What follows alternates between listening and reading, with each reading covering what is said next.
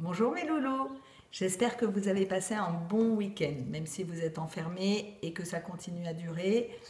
J'ai bien pensé à vous. Aujourd'hui, je vais vous raconter une histoire que j'aime beaucoup.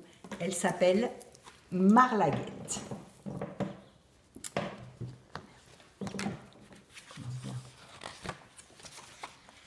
Elle s'appelait Marie-Olga, mais on disait Marlaguette pour faire plus court et aussi plus gentil. Un jour qu'elle était allée cueillir des champignons dans les bois, une grosse bête sauta sur elle et l'emporta pour la manger. Une grosse bête grise avec des oreilles pointues, une gueule rouge, bref, un loup. Elle se débattait, Marlaguette, dans la gueule du loup, et le loup qui courait en était tout gêné. Si bien qu'en arrivant à sa caverne, il se cogna le front à la roche qui en faisait le toit. « Oh, oh !» cria-t-il en tombant de côté. Marlaguette tomba aussi, mais elle se releva vite. « Bien fait !» cria-t-elle en faisant la nique au loup. Mais le loup ne bougeait plus.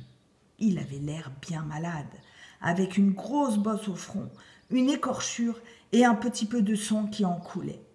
Maintenant, Marlaguette le regardait et sa colère tombait. « Pauvre petit loup, dit-elle, il est bien blessé. » Alors, elle tira son mouchoir, alla le tremper dans la source qui chantait tout près et fit un beau pansement sur la tête du loup. Puis, elle ramassa des feuilles et des mousses et sur ce petit matelas d'eau roula le grand corps. Même, elle planta une large feuille de fougère tout auprès pour lui servir de parasol. Comme elle faisait cela, le loup revint à lui. Il entr'ouvrit un œil, puis le referma. Il se garda bien de bouger, d'abord parce qu'il avait grand mal à la tête, et puis parce que c'était tout nouveau pour lui d'être dorloté, et, ma foi, pas désagréable. Marlaguette s'en alla sur la pointe des pieds et courut chez elle. Elle n'habitait pas loin de là, dans une petite cabane, à la lisière des bois. Elle fit un grand pot de tisane et revint le porter au loup avec une petite tasse pour le faire boire. Ce ne fut pas commode.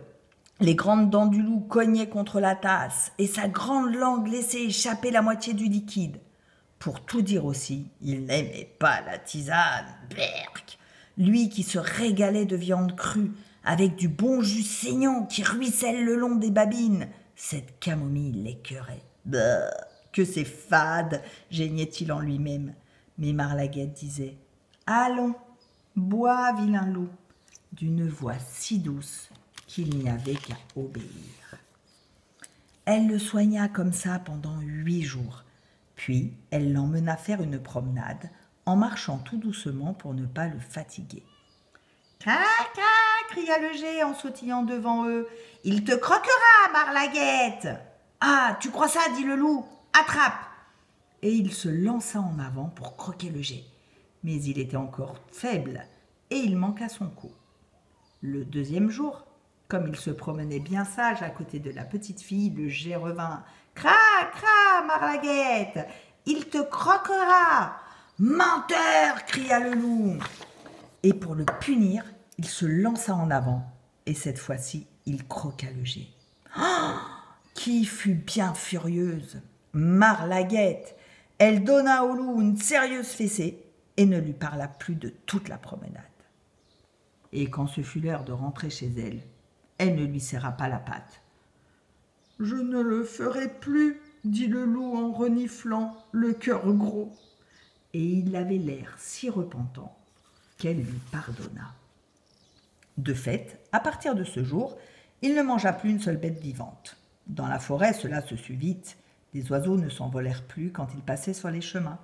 Et les petites souris vinrent caracoler jusque sous son nez. Il en avait l'eau à la bouche, mais il trottait sagement à côté de Marlaguette, les yeux fixés sur son doux petit visage pour échapper à la tentation. Mais alors, qu'est-ce qu'il mangeait ? Des framboises, des myrtilles, des champignons, des herbes, du pain que lui portait Marlaguette. Hélas, à ce régime, il s'anémia. Un loup n'est pas végétarien. Il faut qu'il mange de la viande. Son estomac est fait pour ça.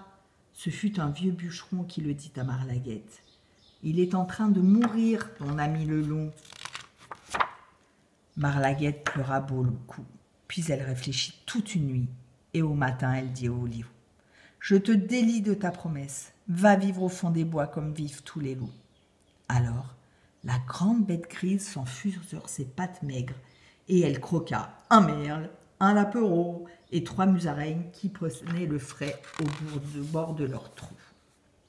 En peu de temps, le loup redevint fort et beau, mais il ne tuait maintenant que lorsqu'il avait faim, et plus jamais il ne mangea de petit enfant.